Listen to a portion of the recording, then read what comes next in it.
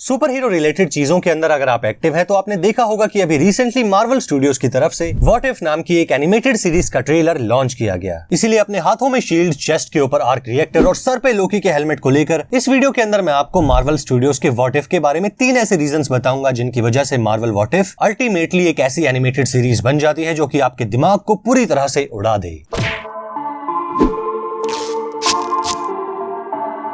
अब अगर आपने एवेंजर्स एंड गेम देखी है तो आपको उसमें दिखाया टाइम ट्रैवल का कॉन्सेप्ट तो याद ही होगा। मार्वल सिनेमैटिक यूनिवर्स के one of the 2 main characters hang Pym के पिम पार्टिकल्स और टोनी स्टार्क के बनाए एक डिवाइस के जरिए सभी एवेंजर्स किसी एटम के साइज से भी कहीं ज्यादा छोटे होकर क्वांटम रियल्म नाम की एक जगह के अंदर घुस जाते हैं। एक ऐसी जगह जो कि उन सभी को टाइम ट्रैवल करने की अपॉर्चुनिटी देती है। अब एमसीयू स्टोरी लाइन के अकॉर्डिंग क्वांटम रियल्म में जाने के बाद अंदर गया इंसान अपनी पूरी जिंदगी का सारा वक्त वहाँ बिता सकता है, लेकिन उस सारे वक्त के दौरान क्वांटम रियल्म के बाहर की असली दुनिया के अंदर सिर्फ कुछ सेकंड्स या फिर कहा जाए तो सिर्फ कुछ मिनट्स ही पास होते हैं। इसीलिए चलिए हम लोग भी एक बार क्वांटम रियल्म के अंदर छलांग लगाकर आते हैं और जल्दी से ये पता लगाते हैं कि मार्वल स्टूडियोज की बनाई ये एनिमेटेड सीरीज व्हाट इफ असल में है क्या। तो आप इस बात को जानकर हैरान हो जाएंगे कि one of the best super hero cinematic universe, world popular comics और कई सारे successful TV shows, web series और वीडियो गेम्स के साथ मार्वल स्टूडियोज के खुद के एक प्रोडक्शन कंपनी बनने के बाद ये उनकी खुद की पहली एनिमेटेड सीरीज है। अब इसकी कहानी कुछ ऐसी है जिसे सुनकर आपको ये लग सकता है कि मानो किसी सबसे बड़े मार्वल सुपर हीरोज के फैन ने किसी बेसमेंट के अंदर बैठकर इसे खुद से लिखा हो। और इसी वीडियो में आगे मैं इस चीज को भी ढंग से एक्सप्लेन करूंगा, लेकिन तब तक के लिए इतना समझ लीजिए कि मार्वल स्टूडियोज की ये सीरीज किसी भी दूसरे एनिमेशन कंटेंट से बहुत ही ज्यादा अलग होने वाली है। And now for some origin context, ये सीरीज असल में 1977 में रिलीज हुई मार्वल की ही अपनी एक खुद की comic book series what if के ऊपर बेस्ड है। और अगर आप एक ट्रू एमसीयू फैन है तो आपको ये जानकर खुशी होगी कि इस सीरीज में आने वाले सभी सुपर हीरोज की आवाज यानी वॉइस आर्टिस्ट उन सभी कैरेक्टर्स के रियल लाइफ एक्टर्स ही देने वाले हैं। और वर्ल्ड वाइड फैंस के लिए मार्वल व्हाट इफ को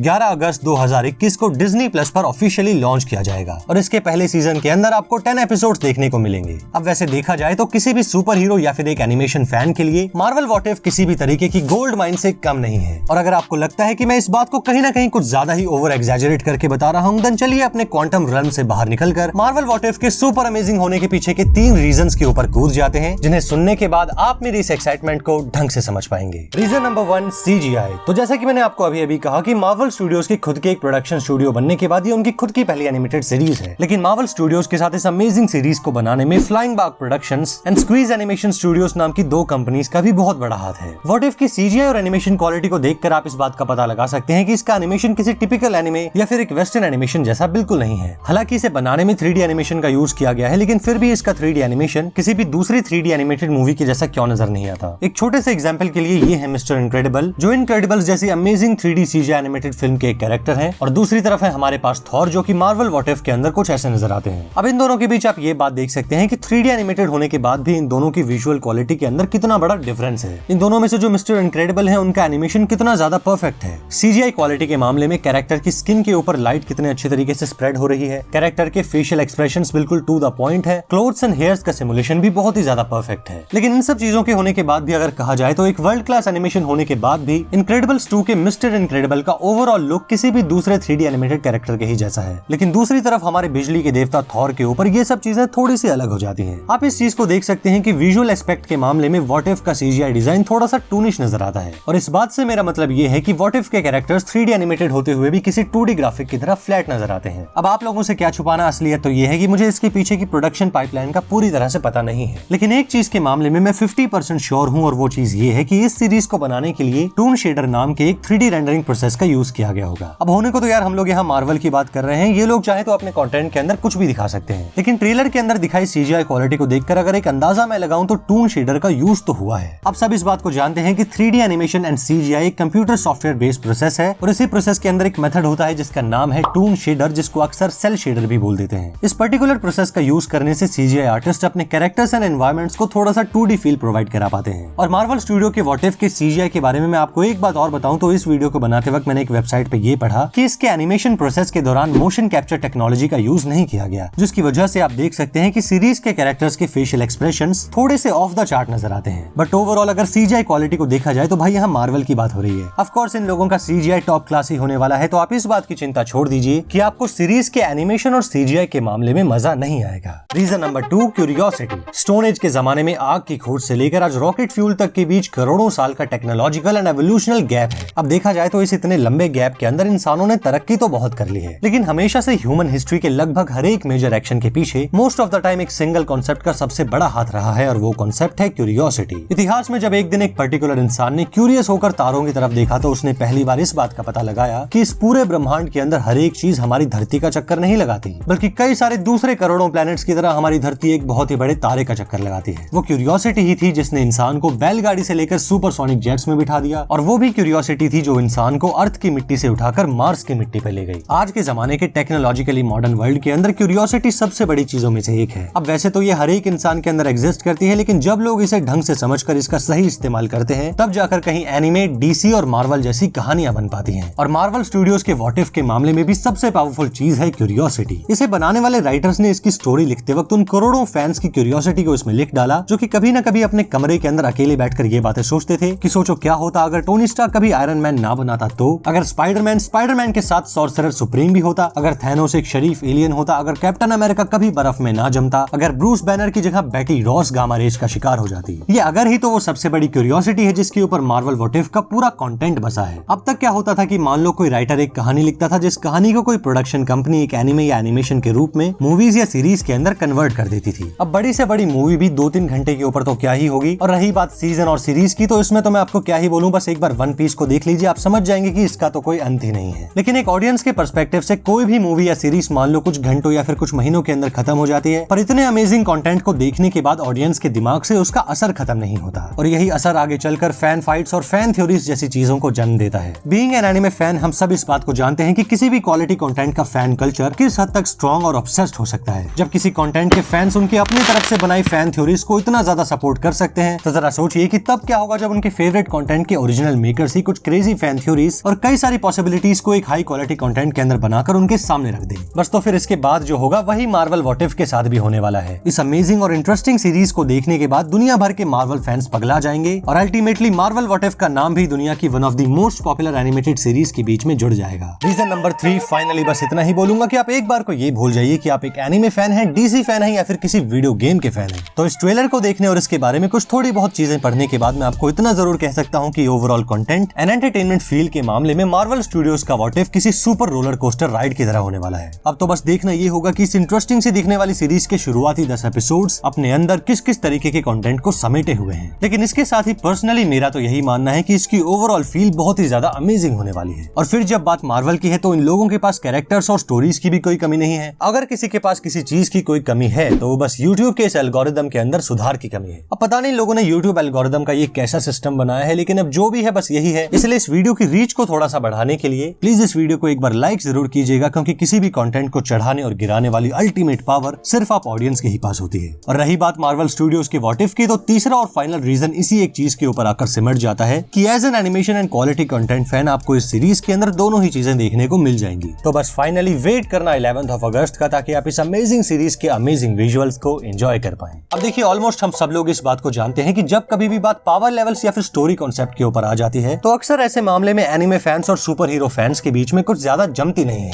और अगर बाय एनी चांस आप इस बात से अवेयर नहीं है, देन मैं आपको बता दूं कि ऐसी बहुत सी इंटरनेट वेबसाइट्स हैं जहां लिटरली हजारों लोग अक्सर किसी न किसी फैन फाइट के अंदर लगे रहते हैं। अब वहीं पूरी दुनिया के one of the most powerful concepts में से एक इंडिविजुअलिटी के चलते हर एक इंसान उसके फेवरेट हीरो या फिर फेवरेट कैरेक्टर को जीतते हुए ही देखना चाहता है। लेकिन इसी बीच अगर मैं मेरी बात करूं तो मेरा इंटरेस्ट किसी फैन फाइट से ज्यादा हर एक तरीके के एनिमेटेड कंटेंट की क्वालिटी पे होता है। नहीं मतलब ऑफ कोर्स हर एक इंसान की तरह मेरी भी कुछ फेवरेट चीजें हैं, लेकिन एक ग्रैंड स्केल के ऊपर पर्सनली बताऊं तो मुझे किसी भी शो या कंटेंट के ओरिजिन से ज्यादा उसकी ओवरऑल क्वालिटी अच्छी लगती है। और क्वालिटी के स्केल के ऊपर जब कभी भी बात एनिमेशन की आ जाए तो उस मामले में तो फिर चाहे कंटेंट जापानीज हो, अमेरिकन हो, यूरोपियन हो, कंटेंट के अंदर का कैरेक्टर बोलता हो या फिर ना बोलता हो, सच बताऊं तो मुझे ऐसी चीजों से कुछ ज्यादा फर्क नहीं पड़ता। At the end of the day किसी भी एनिमेटेड कंटेंट के लिए मेरी पर्सनल चॉइस तो बस यही है कि मैं जो एनिमेटेड कंटेंट देख रहा हूं उसकी ओवरऑल एनिमेशन और उसकी स्टोरी क्वालिटी बस बढ़िया होनी चाहिए। और अगर एनिमेशन और एक अमेजिंग स्टोरी लाइन के मामले में आप भी कुछ इसी तरीके की सोच रखते हैं तो मार्वल व्हाट इफ के ट्रेलर में दिखाया एनिमेशन क्वालिटी और इसके यूनिक से स्टोरी कॉन्सेप्ट के बारे में मुझे अपने ओपिनियन जरूर बताइएगा। हमेशा की तरह इस वीडियो का कमेंट सेक्शन भी आपके लिए पूरी तरीके से खुला है, तो अपने ओपिनियंस कमेंट करके मेरे साथ जरूर शेयर कीजिए। और एंड गेम के अंदर जैसे थॉर ने थैनोस के हेड पे टारगेट किया था ना, ठीक उसी तरीके से यूट्यूब के इस क्रेजी एल्गोरिदम के सर पे मारिए। इसके साथ ही अगर आपका दिल करे तो प्लीज एक बार हिडन कैलिबर के ऑफिशियल इंस्टाग्राम अकाउंट को फॉलो और हिडन कैलिबर यूट्यूब चैनल को सब्सक्राइब करने के बारे में भी जरूर सोचिएगा। एंड अगर आपको ये वीडियो थोड़ी सी भी पसंद आई हो देन एक बार यहाँ पे क्लिक करके हिडन कैलिबर की प्रीवियस प्रीवियस वीडियोस को भी जरूर देखिएगा। तो बस इसी के साथ यहाँ तक इस वीडियो के अंदर बने रहने के लिए आप सभी लोगों को दिल से thank you so much. And you know what, I strongly believe that all of you are awesome.